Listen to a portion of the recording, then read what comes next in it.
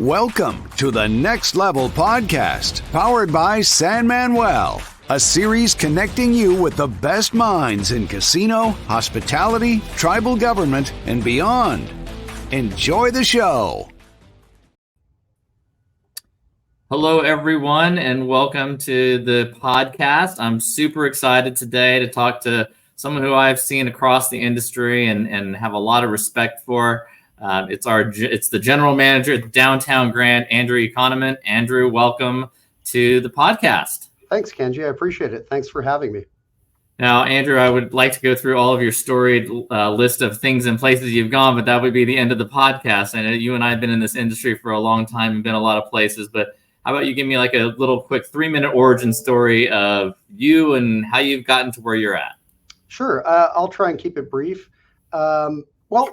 Listen, I started out in a whole nother part of the industry. That was in the culinary side of things. I'm a graduate of the Culinary Institute of America. I used to work as an executive chef for a few years in California. Went back to school, got my bachelor's in hotel and restaurant management at the University of Houston, the Hilton College of Hotel and Restaurant Management, and then got into traditional hotels.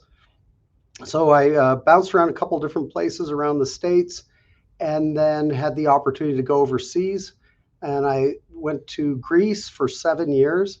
I started out as a GM of a small beachside resort. From there, I went to the biggest hotel chain at the time in the country, over assistant ops director over 14 properties. Had the opportunity to open 2 different properties while I was there.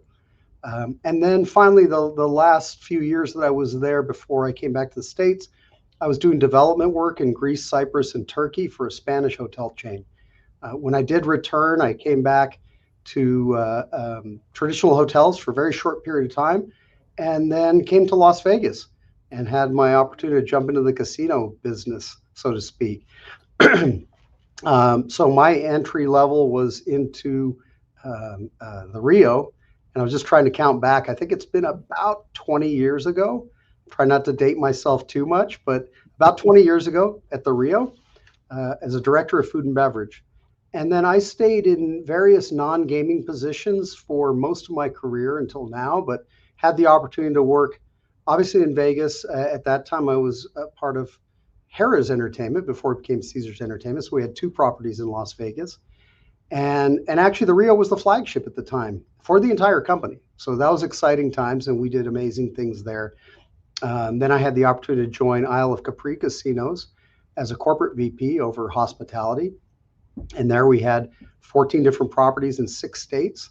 I know that you and I have talked before, and Lula, Mississippi just comes to mind right away about challenging places to work. And then back to Vegas. And there I had an opportunity from an independent standpoint with the original Hard Rock Casino in Las Vegas. And then I moved out of, then I moved into MGM Resorts with the Mirage. And then from there, I moved technically out of casinos, went down to Mandalay Bay and ran House of Blues and the Foundation Room. And then after that, opened Brooklyn Bowl, a couple of premier live music venues here in the city. And then Caesars knocked on my door and said, "Hey, we want you to go to Philadelphia." And I said, "Okay, let's see what's going on there." Spent some time in Philly, and then came back to Vegas, and came back to California. Had the opportunity to work in 2 different tribal properties. I think one of them is actually your competitor with Chumash, and then moved up to Sacramento with Hard Rock, and now back to Vegas as the GM of the Downtown Grand Hotel and Casino, which last month we just celebrated 10th anniversary. Congratulations. Great job. Changing the face.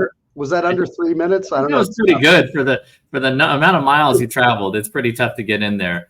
You know, Downtown Grand is really a really nice change in that downtown area. You guys have done some amazing things there. I love that whole area that you guys are all part of there, and I think downtown is for a long time prior to that, you know, being a Vegas kid, like it wasn't the nicest place to be, and having the likes of you guys there upgrading the place and actually still making it feel like old Vegas is something I love.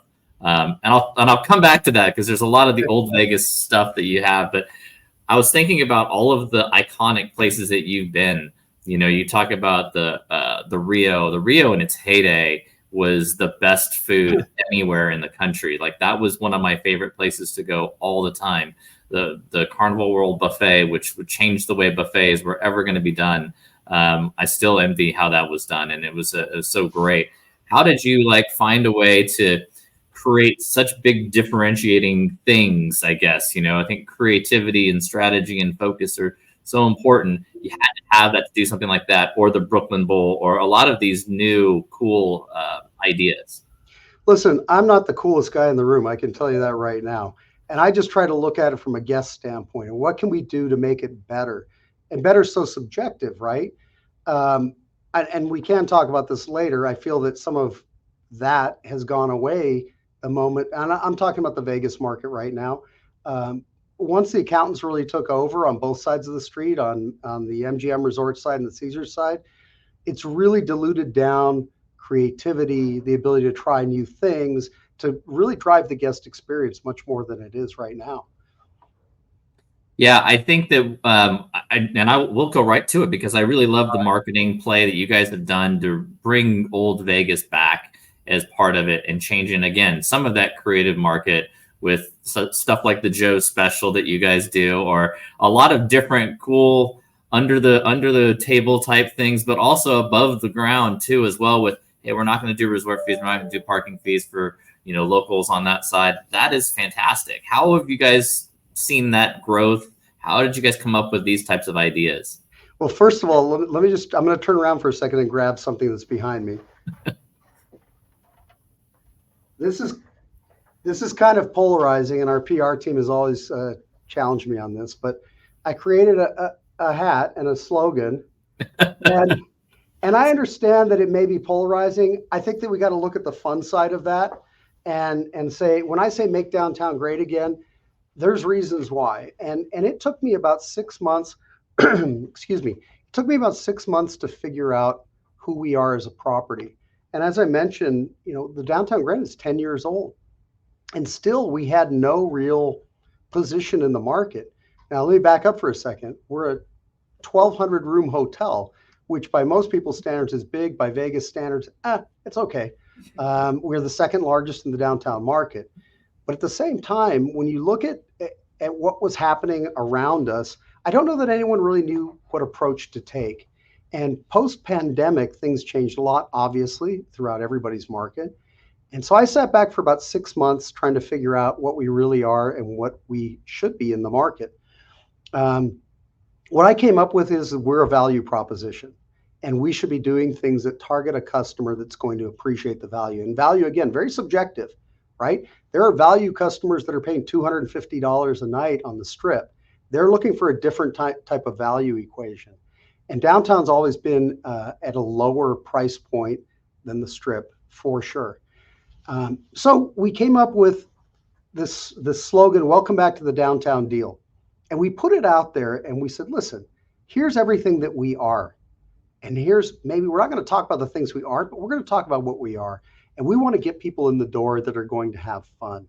And a lot of what we've done, and do you want me to go and list some of the things real quick? Sure. All right. I think it's great to talk about because I think it just speaks to the creativity that you and your team have done and how you've created a strategy behind something. And, I want to know what you've done and then how you guys came up with the strategy too. Okay. So right now, if you're a local in Las Vegas, you can come and stay at our hotel and there's no resort fee, which is a $35 value, right? So right off the top, if you're staying in our hotel, if you're dining in our restaurants or you're playing in our casino, we validate your parking for you. There's no charge. If we think about the Strip for a second, and I hate to draw the comparisons all the time because some of it's right here downtown as well. If you walk into a major property right now, actually any property, you're going to pay a resort fee and you're going to have probably a $35 parking charge. Now think about that. That's $70 out of your gaming wallet right off the bat. Right. Or your wallet, period. So no resort fee for locals, no parking charge for any of our customers. So that's what we start with. Then we look at specifically in the gaming side of things, we have $5 roulette with dollar chips. The Strip has now moved to 2 and 5s. That's right. Exactly. So there's no more dollar chips, no more dollar incremental betting there. Our craps, we have $5 craps. Also something that it exists in one place, and that's us. Now, someone was challenging me on the odds. We took it down from 10 times odds to 3, 4, 5, and that's okay. I don't have a problem with that, John. It's the only $5 game there is. Everyone else, lowest limits are 15. Yeah. So again, putting it out there, letting people make that choice. And then probably the most important thing that's a driver for us is dollar blackjack. And it's funny because, we get together with other GMs here in the downtown area and everyone's, what's going on with dollar blackjack? And I said, what do you mean? Like, why are you doing that? I said, because customers like it. And they said, are you making any money? I said, I have 4 tables. So why would I have 4 tables if I wasn't making any money? Not trying to be flippant, but come on, guys, it's simple. Now, you could say that a $25 table is going to yield out better than $1 table, but at the end of the day, people are coming in, especially novice players, people that aren't as comfortable, and they love the dollar blackjack because they can come in. They're not feeling like their commitment is so great, and especially if they're not comfortable with the game. My God, you see people having fun. I guess that's the best thing I can tell you. They love to come in just for that reason. Oh, and by the way, we have dollar side bets, which no one in Las Vegas has a dollar side bet. Right.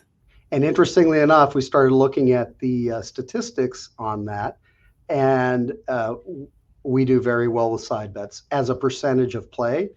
There's nobody that's touching us, seriously, like anywhere. And you guys pop some big jackpots out of your dollar side bet too. We just had one last night. One paid out for 20,000. So imagine, fantastic. Just for sake of example, imagine that you're playing $1 on the hand and $1 on the side bet. $2, you won 20,000. About 2.5 weeks ago, we had someone that got paid out 27,000. He literally had $1 bet and $1 side bet. And the fact that it gets to that number talks volumes as far as how popular it is, because for you to get to 20,000 on $1 side bet in a couple of weeks, right. It's moving. That meter's moving. It's moving. The meter is moving. That's right. But you know what? It's interesting because there are other properties that compete with us, and they say we have a $5 minimum on the game, and then they mandatory make it a $5 side bet. So it's really not $5 on the game; it's 10.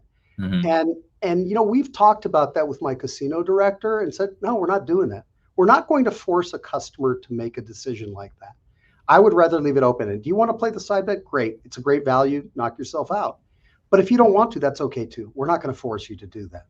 So on the gaming side, again, roulette, craps, dollar blackjack. I mean, above all, when we look at those are huge drivers for us.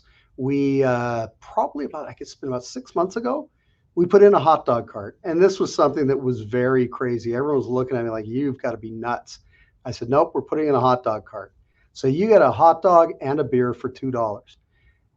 And I got to tell you, it was interesting at the beginning because, we all walk each other's properties, and I had some people commenting, said, it's kind of crazy. You're doing this, you're doing that. I said, you know what? If I can move people 150 yards into my property, that's all I care about. And now we're in the hundreds a day as an average. And yeah, I think it's working. Actually, I know it's working. We have people talking about it all over the market, good, bad, or indifferent. I don't feel that I've never heard one negative comment about it, only positive things, literally being touted as the best value in all of Las Vegas. Okay. I would say the dollar blackjack's the best value in all of Las Vegas, but I'll leave that alone. But yeah, a hot dog cart. Never thought, you're crazy. You're nuts. Nope. I'm just looking at it from the old days. And you can understand this, Kenji, as much as anybody else. If you remember Slots of Fun, had a hot dog. Absolutely, yeah. Hot dog, and then you could add a beer like for a nickel. It was nothing, yeah. Yeah, I think it was 99 cents, and you added a beer for a nickel, a draft beer. I just went back into my file cabinet in the back of my head, and I said, let's do that again. Let's make sure that we're breaking even. Great, we're breaking even on it. But let's get people in the building because they know that we've got a hot dog and a beer for $2. It's really simple. It's not a complicated equation. Yeah, understanding your identity, I think, was the most important piece, is finding out this is who we are, this is the market that we're in. Because quite honestly, it's not about the $2 hot dog, it's not about the dollar blackjack, it's about getting people in your door, because they're not just going to do the dollar blackjack and the $2 hot dog. they're going to do other things while they're there. And you're in a, again, highly competitive area. If you get to walk across the street from some of the other places to come visit and throw some money in the slots, that's the move. And I really think that's a wise play in your area. Well, let me throw a couple things out there. We have the Joe special. So that's something I picked up when I lived in Philly. In the city of Philly, everywhere, they have a shot and a beer special. It's usually not on a menu. Usually, sometimes referred to as a Philly special. And usually it's a shot and a draft beer, call it a day. I said, we're bringing it back. We're doing it here. $3.50. You get a shot of Evan Williams bourbon and Pabst Blue Ribbon draft. Call it done. We don't have it posted anywhere. You got to ask for it. And that's okay. I don't have a problem with that. It's the worst kept secret ever. Right? Yeah, I may or may not have indulged in that. Let's not put that on the record, but I don't know anything about that. I won't talk to surveillance. But anyway, right? So there's another drink value, and a lot of people do different values. I think that's a particularly good one. We're not using some no-name well bourbon, and we're not using, Pabst is Pabst, and there's a certain following for that as well. Consequently, again, you have a great value from that standpoint. And then also at our steakhouse, Triple George Grill. Triple George Grill was actually here before the Downtown Grand. It's now 18 years old. We have a daily lunch special. It is absolutely the best deal in all of Las Vegas. It's a 3-course meal for $20, right? And so you think about that and say, wow, I'm going to go to a steakhouse. I'm going to have a great dining experience and in the trappings of everything else. And by the way, no other steakhouses are open at lunchtime.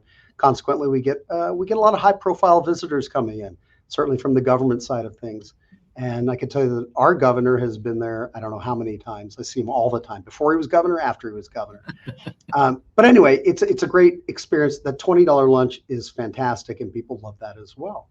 So these are all things that we bundled together and said, let's put this out there. And that's welcome back to the downtown deal. I want to make sure, I was just looking at something to make sure I didn't forget something. No, I didn't. That's good. Now, the other side of it is, we started doing something. You talk about marketing and old school things. We started doing an open to the public blackjack tournament every week. Every Thursday, 3:00, open to the public. Verified, nobody in Vegas has done that for over 10 years. Now, I'm not a genius. I just remembered playing in open to the public blackjack tournaments, and I thought it was a pretty cool thing. And I said, we need to bring that back. And we did. And the popularity continues to grow over and over again. We added right behind that a video poker tournament. So 3:00 is the blackjack tournament. At 5:00 is a video poker tournament. Again, all open to the public. And it's interesting because the initial response, and we guarantee payouts, but I also said, hey, you know what? We're not gonna say that's the payout. That's the minimum payout. And everyone said, what do you mean? I said, anything that's in the buy-in goes into the pool and we give it all back. And everyone here thought I was crazy. I said, listen, guys, right now we guarantee $250, $150, and $100, but the highest payout has been over $800. Wow. Right? So you bought in for $20 or $25, and you're into it, and you walked away with over $800. Well, why am I doing that? I said, guys, we're not going to retire off the difference between paying out and then keeping the pot, right? Forget that. Get people and get them excited, and guess what? More people and more people and more people come. And that's kind of that ability to look at it very differently. And again, talking about driving the guest experience, I got to tell you, when you have accountants running your business, you don't think that way. It just doesn't happen. And you know, that's other people's problem to worry about. I'm more worried about our property, but we've proven out that a customer's will, and we have repeat guests every week. And guess what? When they're done playing, if they got kicked out early or they chose not to rebuy for the one round, then you know what? We got plenty of tables open for you as well. And when we look at it that way, people are coming in here, they're having fun. They'll go grab a hot dog. They might buy a drink, and then they're sitting down at the tournament, and then they're playing somewhere else as well. And that's it. I mean, that's the win, right? There's no brilliant equation to this. Get people in and let them have fun. I think creating that guest experience is something that's always important. It's not about service, because service can be bad or good. Right. But it's about creating something that's different, that's a differentiator that people can enjoy and appreciate. I think that's such a wise play on that side. And then I think the other thing is that, you know, everyone thinks about Vegas and they think about the tourist destination, but there's a million locals that live in this town. for you to draw from and to start drawing that. I mean, I know that when I lived there, I would go downtown and go visit places down there. I would, there's a really cool area down there that I like to go to. And I absolutely have come to properties in that space, and they were never marketed towards a local to do anything.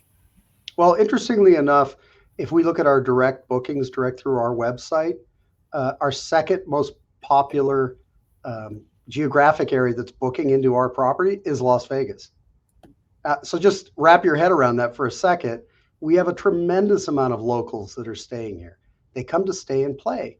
And specifically, we have people coming in for the blackjack tournament where they will come in and spend the night before because they want to be here and have fun and kind of wrap the whole thing around it. And there you go.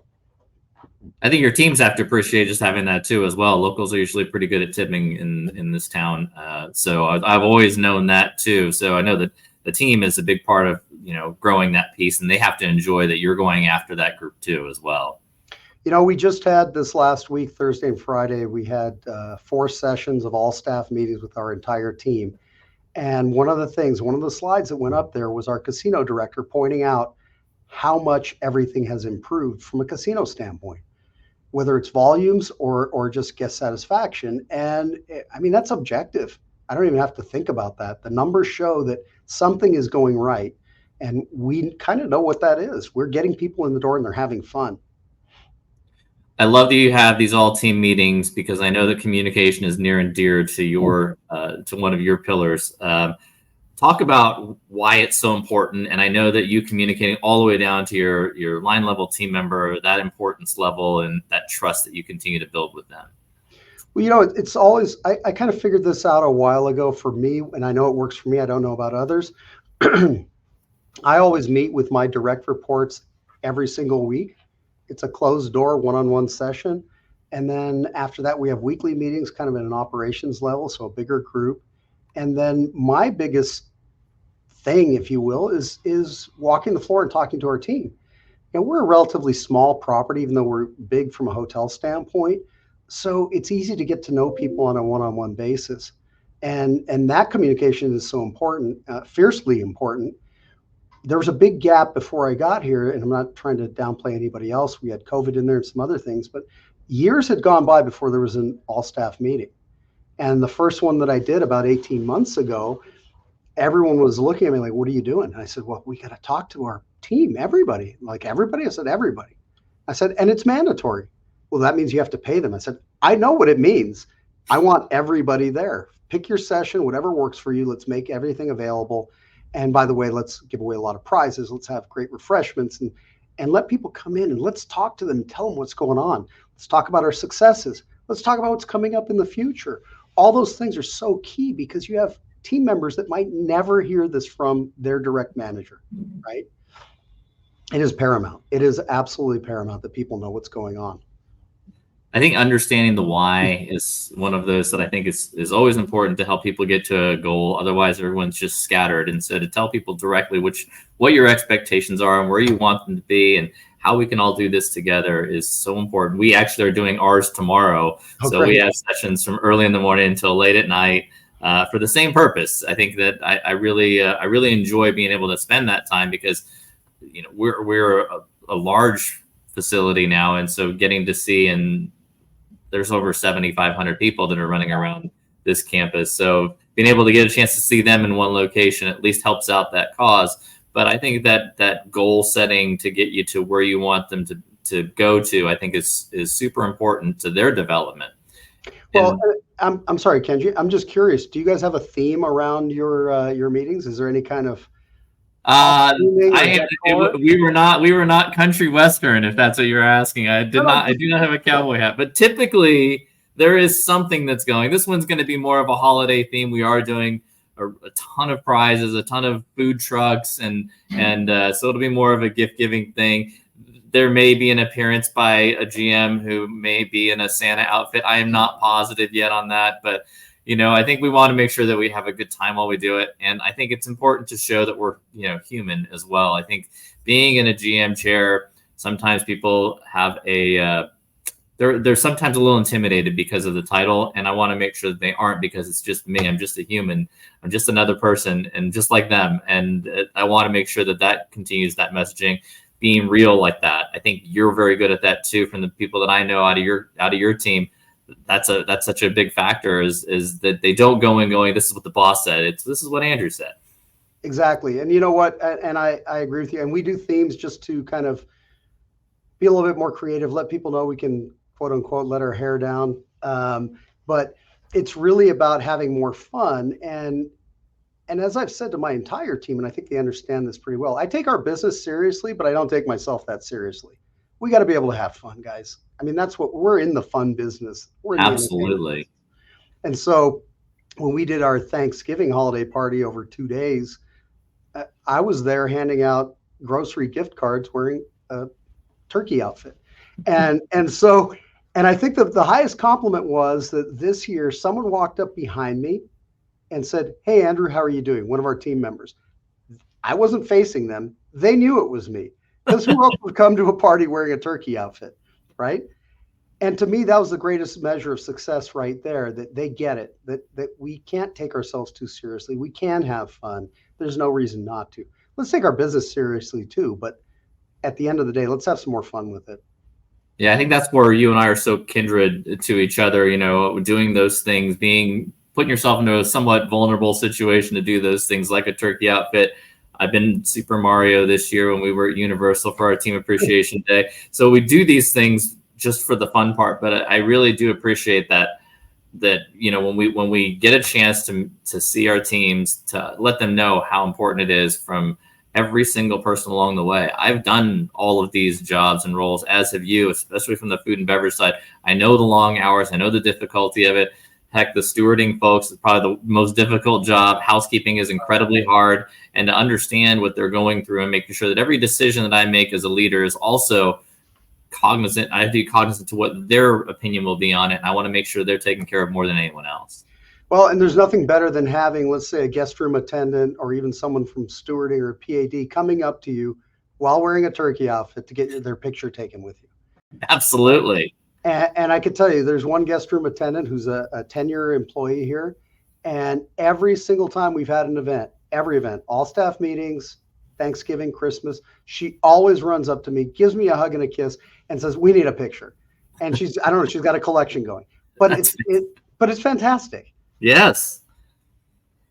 So let's talk about that team and building teams.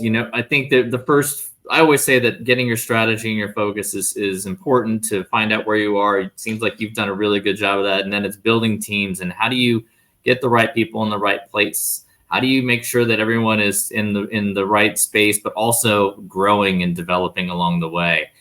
What do you have for tips for people about that? Tips. Wow. There's a 1,000 different tips, but a lot of it's very subjective. And in our case, I really did have to rebuild a team. We had some people that retired. We had some people that left, et cetera, et cetera. And so for me, it became more about, how am I going to put this executive team together? What do we need? What are we looking for? And as always, I look at a skill set as that's the base to getting in the door, so to speak. Then it's about attitude and aptitude. And I can tell you, I've talked more people out of jobs than I've ever talked anyone into a job. I want them to know every dirty little detail before they ever accept a position, so that they know when they walk in the door, they're like, you know what? He didn't lie to me. There's been tell me that hasn't happened to you. You walk in the door, someone promised you one thing, you see something completely different. You're shaking your head like, what did I just walk into? So from that standpoint, it's always been my driver to say, you know what? I want to make sure everything's out on the table. I don't care about dirty laundry. I want you to know where the good things are and the bad things. And know that when you walk in the door, that ultimately you're going to be responsible for your area, right? And I don't care if it's casino, I don't care if it's sales and marketing, it doesn't matter. You've got to own your piece of the business. And if you're comfortable with that, that's great. Now, in an independent situation, which like you are right now, it's very different. There's no giant corporate office that's supporting us. You look at either side of the street with MGM Resorts or Caesars, oh my God, the corporate infrastructure is ridiculous. We don't have that. So I'm looking to bring in people that are owners, that want to do well, have the right skill set, and are ready to go in an environment where Basically, I'm the guy that makes the decision, or in with our executive team, right? And when you look at it from that standpoint, man, we've had some great successes. You want to talk about getting a high performing team together? That's what it's all about. Give someone the ability to do their job that they're very good at, proven, and then give them the support that they need. Give the focus overall for the team, and it's amazing. And I will tell you right now that my leadership team right now in this property, I would put them up against anybody. You could pick them up and drop the whole team anywhere, and they'd be infinitely successful. Why? Because they're driven, they're motivated, they get it. And by the way, I let them do their job. That's the most important thing that I've seen. Because one of the things that I always said to myself is, if I'm going to be the boss, I want to make sure that I don't make the mistakes that I saw along the way, that really impacted me as someone working for somebody else. I think that you do a great job teaching as well. I think you're always a constant learner, but you're also a teacher as well. And I think part of it may, and maybe you can correct me if I'm wrong, come from when you started in your industry as just in food and beverage, and then you've expanded your roles into a whole bunch of different areas as you've gone into hotel and into entertainment and into casinos, and all of that just as a growth and learning for you. Is that kind of why you chose some of these direct paths that you changed? And, as I was just food and beverage, and then you went back to Greece and said, I'm going to do something even bigger, and I'm going to do a hotel, which, God help you, in Greece, there's the personal liability component that would scare the crap out of me if I was going over there. There's a lot of things that I'm really impressed about you with that. Is that kind of what you've done with your teams too? Well, I mean, I don't know if I can tie that back together, but yeah, in a sense. I mean, again, I'm looking for people that want to be part of this team and understand what we are and what we're not. And if you're looking for the glitz and glamour of a 4,000 or 5,000 room hotel with tons of infrastructure and everything else, this isn't going to be it. But if you're looking for a dynamic environment where we don't waste a lot of time listening to accountants tell us what to do, then it's a different property. And again, that's not for everybody. There's a lot of people out there that don't thrive in that environment. Given the autonomy, some people go nuts and they say, this is amazing. And as I've always said, listen, it's up to you what you want to do. I had someone come up to me, just a little parentheses. Someone came up to me this last year at the beginning of the pool season, and he said something very simple to me. He says, thanks for letting us do what we're going to do this season. And I said, I don't understand. Why are you thanking me? And he said, because we've never been able to do that. I said, awesome. I said, I'm really happy for you. I said, but remember, now that you've chosen that path, I'm going to support you in it. But good or bad, you've chosen that path. So you get to take the glory with it, but you also get to take the hits if it doesn't work out. And he just stared at me. He's like, what do you mean? I said, which part didn't you understand? You want the authority, you've got it, but you get the responsibility to go with it. So let's just think about that as you make these decisions. That's not being mean. That's being honest. I want someone to know, yeah, you get to do your stuff. And most of the time, people are going to make those right decisions because they get it. But other times they're not. And certainly well-intentioned mistakes are not a problem. But if you have a strategy that's not going to work, you got to own that too. I think ownership and having people feel like they are the owners and making sure that they're responsible for all of the decisions they make as if they own the property is so important too, because we can't be everywhere at all times at all places. And so we have to count on our teams to be, look, you're going to see things that I'm never going to see because you see it every day.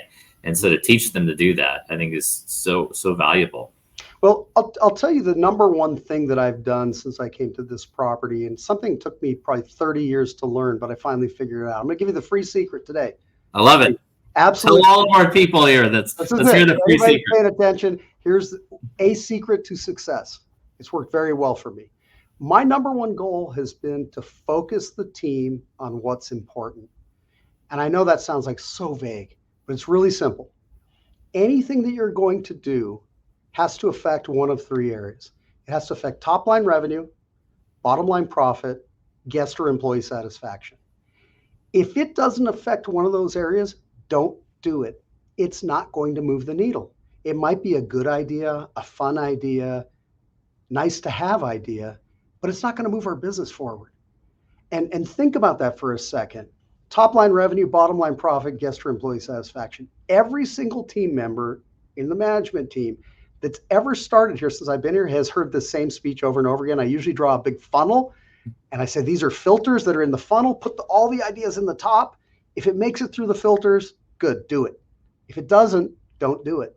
Yep, you might take it personal, but that's just kind of the way it is. We have to do the things that are impactful to our business, and that includes our team members, of course, right? I did say guest or employee satisfaction. That's a big deal, right? And we all look at it, and I know you certainly understand this. We're always looking at acquisition of customers and retention of customers, but I'm also looking at acquisition of team members and retention of team members, right? And we have to apply those exact same principles to them in order to be successful or to have ongoing success. Yeah, in many cases the ideas come up with are all three. They should hit all three, because if you affect those things, they will all help each other out. They all work in conjunction with each other. But I like that you talk about the investment in the team, because I still believe there's a return on retention too as well, that actually exists in the world. That, you know what, when you can keep people for longer periods of time is so much more valuable, just like a guest. You know, obviously guest retention is huge, but team member retention is also huge, I believe. Absolutely. And like I said, we celebrated team members this past week that have been here at least 10 years. And since our steakhouse was around before that, we had some 18-year team members, right? How exciting is that to be able to put their picture on the giant video wall and give them some celebratory gifts, some things, and call them out personally and say, look, this is awesome. Thank you, right? 10 years, that's good. I like that kind of longevity. Yeah, I'm thankful I have a tribe here that really makes sure that that's top of the mindset for them, is to take care of their team as an extended family. I think we're well over 1,000 team members that are at that 10+ year range, which is unheard of. It's unheard of. But one of the areas that, like things like this podcast or other learnings that we do, we have speakers that come out, we have a lot of learnings for our team, is to try and give them opportunities to learn. And I know that you have always been a continued learner as well. You went back to school, if I'm not mistaken. You got your Lean Six Sigma, you have your CHA. What is why, look, you're successful as it can be. Why did you go back to do more? And I'm right now working on my MBA. There you go. So what's the reason for that? I guess my third degree. I don't know. My wife's questioning my life choices on this. She says, "Do you really need that?" I said, "I don't know if I really need it, but I kind of want it." It certainly adds another layer of complexity to life. Let's put it that way. No, I think that our education and learning are continuous. I challenge myself all the time. I challenge others at the same time, right? And it's interesting because there's whole generations that don't understand anything about reading books. You know, we talked about that earlier on. I just looked and I said, look, guys, there's a ton of stuff. The world's at your fingertips in the internet. Pick up a book and read it. I'll give you some suggestions, right? And so you sit there and try and guide someone to that. And sometimes they get it, sometimes they don't. And I can tell you that over the past years, I've almost always given my executive team a book. And I try to tailor it to the team or to the individual, something to do with business and personal development. And every time I can tell you, I get these looks. They're looking like, oh, wow, you got me a book. And I'm like, yeah, put it on your nightstand. Try picking it up sometime. It'll be a great thing. No, so it's continuous. I love that. I mean, again, I have a stack of books just over my shoulder here. I've got one on my desk right now for the same purpose, to continue to just get better, get a step better every day. I think if you settle for good and you're just going to do that, you will just be okay. That's fine, but that's not how you're going to be successful. You have to always look and strive to be a little bit better, learn a little bit more, do something a little bit better today than you did the day before. I'm a huge believer in that. Now, I know you're probably more well-read than I am for sure, but you talked about recommending books to team members and to leaders. If you had to recommend a few books to our listeners that are out there, whether they're line-level team members or whether executives, what books would you kind of think through that are really impactful for you? I think there's probably 3 books out there that I would recommend, and none of them are new, right? One of them is probably hard to find in print. Delivering Knock Your Socks Off Service, absolutely great book. It's as accurate today as it was 25 years ago when it was written, no question about it. Good to Great, another phenomenal book. That really just talks about, hey, it's exactly what you just said, Kenji. Every day you got to look at and making those improvements. How do we get from good to great? And then probably most recently, I think the 5 dysfunctions of a team. Patrick Lencioni, very famous writer for the space. You know what? If you read it, it's amazing what you pick up from it and realize, wow, we might have some of those dysfunctional things going on within our team as well. How do we extinguish that behavior and move forward? And as I told you earlier, for me, it's all about my motivation. It's all about driving a high-performing team. Look, at the end of the day, I shouldn't say this publicly, but I'm not doing a lot compared to everybody else. I'm just helping them to get to where they need to go. How do you do that? Well, you remove obstacles. And if we have dysfunctional attributes in our team, I got to get rid of them. That's just it. And I'm not saying get rid of the person. I'm saying get rid of those attributes. Focus on the good stuff and keep people moving in the right direction. And sometimes people just create their own roadblocks, or there's roadblocks that exist that maybe none of us are really cognizant of knowing that they're there. And our job in this role is to help remove the roadblock, help grease the wheels so that things can go down the track a little bit easier. 100%. I couldn't agree with you more. That's so well said.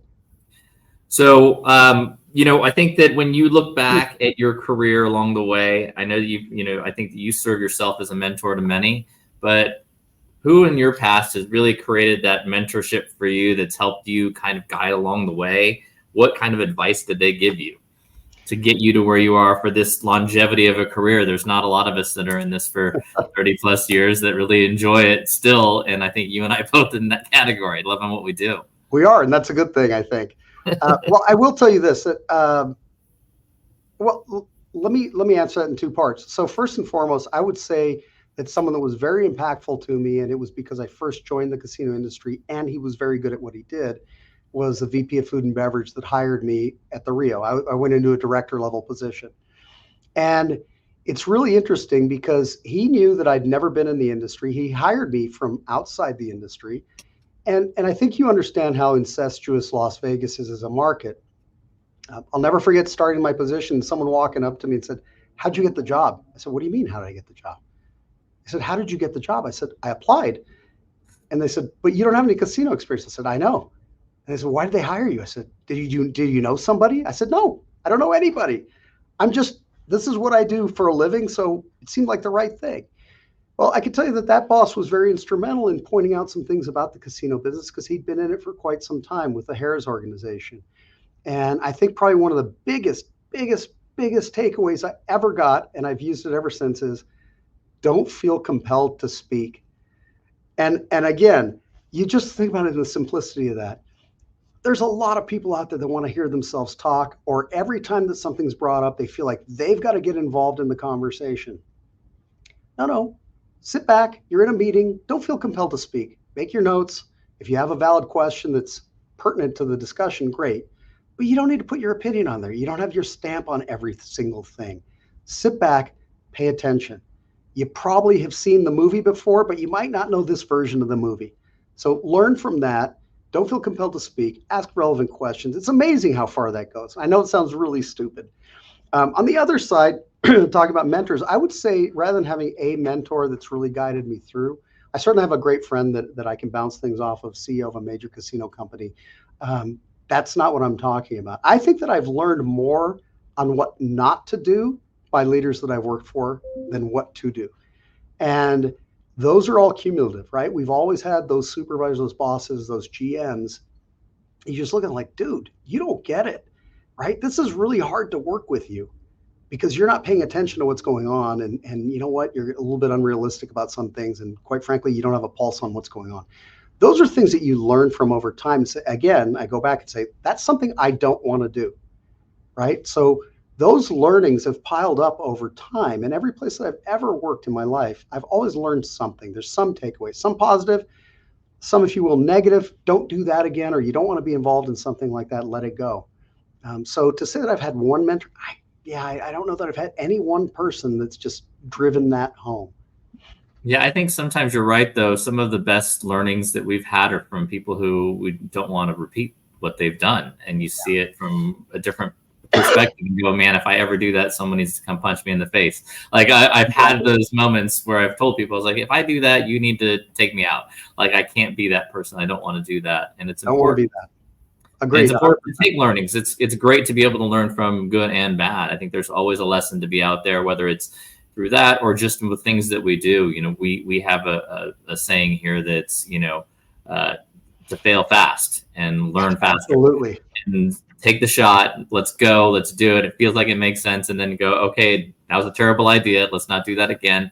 How do we make it better? And I think that's important to continue to understand that failure also is good too. That's how we get all of our learnings, right? At the end of the day. It's one of those lessons that I'd have told my younger self that says it's okay to fail. Don't worry about being perfect all the time. Don't worry about that. Just move. And that would get you past that. Is there any advice that you'd give to your younger self or young leaders in this industry to keep them involved? I mean, being in this for as long as we have, there's got to be some things that we go, okay, if I knew this, then this would have been a whole lot easier. I would say straight up, it parallels what you just said. You don't need to know everything. Just go in there and do a great job at what you're supposed to do. And actually, I know there were some things about taking people points to taking people to their next level. And really, that ties right into that. I've always felt that, number one, do the job you got hired to do. Number one, before everything. And be great at that for sure. Exactly. Right? And I can tell you, when I was a dishwasher, I was the best dishwasher there was. Objectively, I was efficient. I was clean. I got the work done. It was a challenge for me to be better every day, right? And do it better. And every other position that I've held. But yeah, do the job you got hired to do. Number two, let your supervisor know that you have aspirations to move up. That's great. It doesn't mean you're going to push that agenda, but let them know, hey, this might not be my end all be all position, especially for people starting out. You got to try on a lot of different shoes before you get to the right ones. And then I think most importantly after that is learn about the job that you want to do that's next in line, right? And that can be active, it can be passive, but that could be shadowing somebody. It could be getting into another department and just understanding what they do. Whatever it is that you think that you want to go into, pay attention to it, learn about it, so that when you get that tap on the shoulder, you know what, you might be ready for it at that point. Or at least, as I like to say, if you're 51% ready and you've got someone else that's supporting you to keep growing, fantastic. That's going to be absolutely spectacular. Yeah, I love those. I mean, those are some really great scenarios of what, you know, how people continue to grow is to do those things. I obviously want you to be great at what you're doing, but I want you to be great, period, and have passion for what you do. And, you know, being passionate, you know, I don't know, I'm pretty sure that comes from your Greek background. That is something that does not get lost on me with that, but it's also about family and treating people with hospitality. Greeks are known for that great hospitality on that side. How has that background and your culture been able to translate in? It feels like it's a perfect fit. Well, you know, there's a Greek word, it's philoxenia, and it doesn't directly translate, but if you take the two roots of it, it's philo, which is friend, and stranger.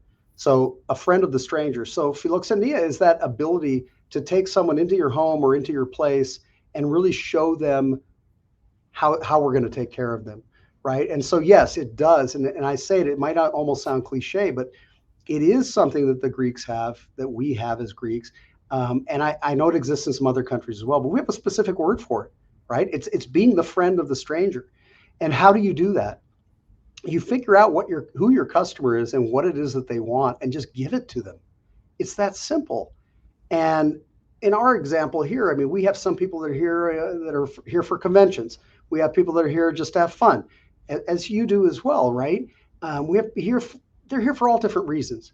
We need to be able to tap into that and give them what they need because they came here for a reason. You know what? If someone saved up for 6 months to take a trip to Las Vegas, and this is when they're going to spend their money and have their vacation, we better make sure that it goes right? They put a lot into this, and then they chose us, and we've got to take care of them as they want, and that's really important to me. You mentioned something about passion and having passion, and one of my favorite quotes is actually from a fiction book. It's called My Uncle Oswald by Roald Dahl. Roald Dahl's written a lot of children's books, James and the Giant Peach, Charlie and the Chocolate Factory, all of those. But he also wrote some adult books. And My Uncle Oswald is absolutely one of my favorite books.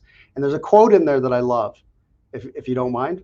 Can I read it? Please, All right. please do. If you're interested in something, no matter what it is, go full speed ahead. Embrace it with both arms, hug it, love it, and above all, become passionate about it. Lukewarm is no good. Hot is no good either. White hot and passionate is the only thing to be. And I get chills when I read that quote or play it back in my head. It's what it's about. And I am a very passionate person. Some of that might be my culture and heritage, but I got to tell you, I get excited about things. And my team knows that. It's genuine. I love when we do things that are exciting, or we talk about things that are exciting, and then we execute them and we get them out there and people get excited in turn. And it's a wonderful thing, but you got to be passionate about it. If it's this, kind of lukewarm sort of thing, or even just hot, it's not enough. It's just not enough. And we've been seeing those results too, that I try to drive that in everybody here. Yeah, I speak to that. It's such a great quote, and I did not know that quote, but I speak to passion all the time around here about finding your passion, because it just makes it easier to do what you're going to do. And I love what I do here for the same reason. But we have our new higher orientations at 8 a.m, which I'm not a morning person. Wow. But every so often, we always have someone from our office represent the group. But every time I go in there, and I don't love speaking in front of people, and I don't love mornings, but as soon as I get in front of new team members, man, I just can't stop. It's just like, this is what you have no idea what you're about to get into. And I feel so much energy that they can push into me as well. And I remember, this is why I do this. And this makes it a better place. And I love that passion that I can push to them as well, in hopes that they can make this their career. I want everyone to be able to succeed in whatever they want to succeed. And I hope it's here, but if it's not, it could be somewhere else. But I want people to find that spot where they're always going to be happy. I know that you have an older child as well as I do, and I just want them to be happy doing what it is. I was trying to talk them out of hospitality. I didn't succeed very well. I'm sorry to hear that. I'm 1 out of 2. One decided against one, but they're both very passionate about what they do. And I'm like, that's why you can, again, continue to grow and succeed, because you have that. And that's it. How has that gone for you? I mean, it's the same way, I suppose, there, but how do you inflict that with your kids and keep that there? I mean, I have 2 kids, a boy and a girl. One is away at college. He's in his freshman semester, happens to be at my alma mater at the University of Houston. He's in the honors college, smart kid. He's already changed his major within the first semester. He'll be in hospitality before you know it. It's a great school for hospitality there. It's going to happen. I told him, I said, you got to do what's going to be good for you. And I can't dictate that. I can only suggest.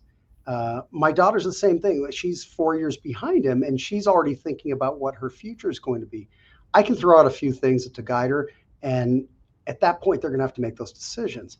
Now, I like to talk to people. I can tell you that at University of Nevada, Las Vegas, here in town, I had the opportunity some years ago to speak at several classes, intro-level hospitality classes. And here you are in a auditorium with 150 students in there, and we're talking about things, and then give them kind of a rundown, and then they ask questions. And I knew that every time that I was going to answer questions, I could see the administration down the side, standing there on the wall watching, like, oh God, he's going to speak again.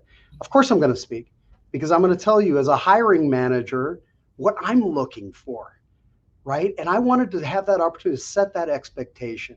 And I remember the first question that I ever heard that put me off was, is a master's in hospitality important? And I said, in my head, I was trying to play this out without beating everybody up in the university. But I said, yeah, you know what? It is important. However, don't go get a master's before you've got some work experience. Because quite frankly, I'm going to hire the person with the work experience before the person with 2 degrees, an undergrad and a master's in hospitality management. And they're looking like, oh my God, like, why are you saying that? It's true. Why wouldn't I? Someone's got an educational background, 4-year degree, and work experience. Oh my God. I mean, does it get much better than that?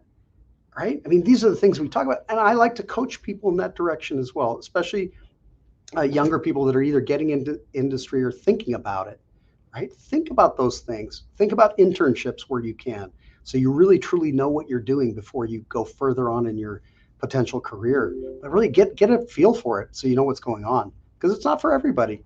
Yeah, I did some adjunct professor work at UNLV back in the in the late 90s there. And one of my comments in that class, and I'm sure UNLV doesn't want me back now. I'm just kidding. I think they'd still take me back occasionally, but I was like, look, having a 4.0 doesn't mean everything for you. Having a 3.0 is probably going to be better for you to run a property, because that means I know you enjoyed the college experience. You were busy networking. You weren't just on a book studying and doing nothing else, because hospitality isn't just about that and that alone. The networking build, the people that you have in your classes, or the people who are around you at work, that's so important, because like we said, it's somewhat incestuous, whether it's in hospitality or in casino or both. Sure. Having those relationships means a lot. How would you talk about how networking has helped you and your teams there? Well, let me give you just one tiny example that's on a personal level. And it came about when we were shopping universities for my son. I don't know, we were having a conversation, and I told him how many schools I got accepted to and where I ended up going. And he looked at me and says, you imagine this now, right? A 17-year-old looking like, you got accepted to Cornell? And I'm like, yeah. He says, that's an Ivy League school. I said, I know. He says, why didn't you go there? I said, because it's in the middle of nowhere. And he says, yeah, but it's a really good school. I said, you know what? Their hospitality program is one of the best in the world. It is. I said, tremendous connection. I said, but I couldn't see myself in Ithaca hanging out in the middle of nowhere, which is absolutely spectacularly beautiful, versus Houston, which is the 4th largest city in the country. It's about to be the 3rd largest next year. And the connections that I could make. And yes, Cornellians, great connections all the way throughout the world. But I looked at it from a practical standpoint. I said, hey, I'm going to be in the 4th largest city in the country. I think I can make some really good connections here. And you know what? It absolutely played out that way. And those relationships are still something that I continue to build on. And I tell everybody that you got to have the relationships. It's just the way it is. This is how our business works. It's a people business. We're not going to sit there. We're not going to sit there and look at a computer all day and not interact with people. It just doesn't happen. I think to lead any business, whether it's hospitality or anything, it still has to be a people business there. You have to be with your team or your customers if you have external customers. And I think it's just important that is something that it almost has to be inbred in who you are. And even if you aren't that, I consider myself an introvert, but at work I am not, because that is not what's going to make me successful. And to make sure that people know that, hey, this is important to expand past your normal comfort zone. Listen, I love putting a microphone in someone's hand, especially in all staff meetings, but I got to let them know, guys, be confident. You're that way every day with me. Yeah. Be the same with everyone else. Hold the mic up where people can hear you. Don't look away from the team that's out there. And it's an amazing thing. And I love seeing that. And I love seeing what happens as everyone connects with everybody else. That's great. I know I'm running low on time, but I have one more question before I get to the final 3 tips. But innovation. I already gave you my final 3 tips.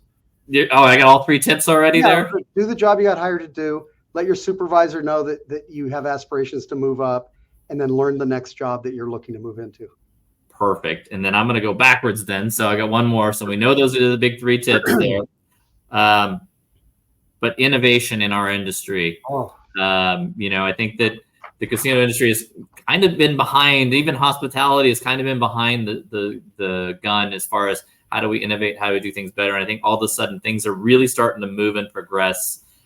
I know you're very big into the innovative side of it there as well. What do you see coming? What is intriguing to you? How do you plan on making this work for you going into the future?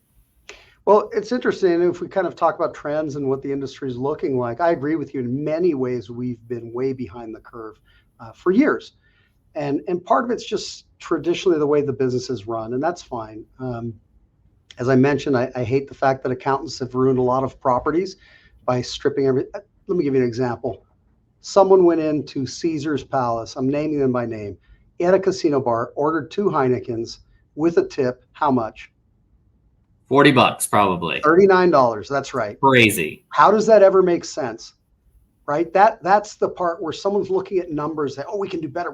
No, you just lost a sale and a second sale and then a third sale.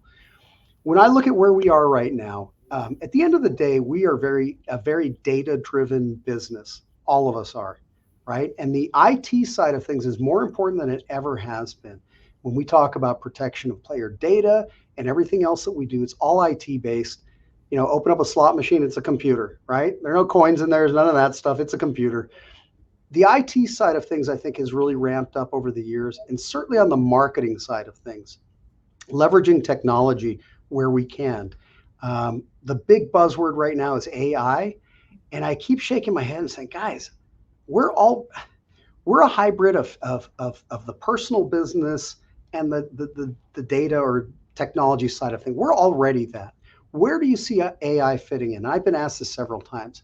And I said, look, I think AI has value. And I think it has to do with how we make things easier for our customers. For example, having an AI chatbot that actually scrapes your entire website so that someone can ask something in real words and get the answer right away without even thinking about it, right? That's AI at its peak. How about this? When we look at marketing, everyone's getting on board right now saying, I'm just going to have all my marketing stuff done by AI. We're going to put in what we want. It's going to spit something out. We might doctor it up a little and spit it back out. Wow, I've seen some really bad moves from that standpoint. Really bad, that you read it and like, who wrote this? Was it a translation of a translation? What am I missing there? And I'm sure you've seen some of these things too. Absolutely. And so I look at it and say, how can we make, again, focusing on the guest experience, where can we tap in with that technology that's going to help the situation, not just make it easier for us? Because a lot of times people get all pushed around. They want to make it easier for themselves, not better for the guest. And I'm hard pressed to buy into that. I really am. Sometimes it is harder to do it right, and right is right. It doesn't have anything to do with my personal opinion. It has to do with taking care of our customers. And I can tell you, my team will tell you, the thing that I get most excited about, and usually not in a good way, is if somebody does something to disrespect one of our customers. Hey guys, they pay the bills, period. We've got to take care of them. That's what we're here for. And if your technology solution isn't great, get rid of it and do what works so that we can take care of our customers, right? I don't care if it's a pencil and paper or a spreadsheet, but let's not get hung up on the technology side of things and forget about what we are, because otherwise it just becomes online gaming, right? You don't have that experience and away we go. Might as well shut down all the casinos, right? That's just an opinion. Yeah, no, I think that, when I think about innovation and why I think some of the most important aspects of it is to find a way to get the guest what they want and not offer them, I've preached this thing called segmentation of one, because every person's a little bit different and they have to understand, we have to understand what that particular individual wants. And it's going to give them satisfaction, that's going to drive them in, because ultimately, if we go to the full robotic thing, then we lose sight of who we are as hospitality professionals. And we need to make sure that people still want to be treated well. They don't want to be treated like a number. And so if we treat our guests like individuals, if we treat our team like individuals, that's where the profits come from. That's where the revenue comes from. That's how we continue to grow our business. So using AI or other innovations to just better or more use the data stuff like you talked about, parking fees. Look, it makes sense. I get money. It costs me nothing. It's 100% profit. But it doesn't speak to what our guests want and who our guests are. So I think that's really important that you look at that extra step. And I'm really happy that we had a chance to talk today about a lot of different things. And I could go on and talk forever about this kind of stuff with you. I really do appreciate you coming on here. I really appreciate your friendship, Andrew. And look forward to, breaking bread at your Triple George for a $20 lunch. I can't wait to go down there and do that. I just need to make a lunchtime visit. I'll be waiting for you, Kenji. Just let me know anytime. We all have reasons to come to Las Vegas, so open arms. And thank you again for allowing me to be on your program. I think it's great to be able to talk about things in our industry, and especially how we can help others move forward and some of the things they should be focusing on. Absolutely. Thank you again, Andrew. And you have a great day. And for all of our listeners out there, please check us out on Next Level Careers. There's a lot of great content from a lot of professionals along the way that we think that can help grow your career to something bigger and better, whether it's with either of us or anyone in your life. We want you to be passionate and be great. So thanks again. Thank you. Check out more episodes at thenextlevelcareers.com.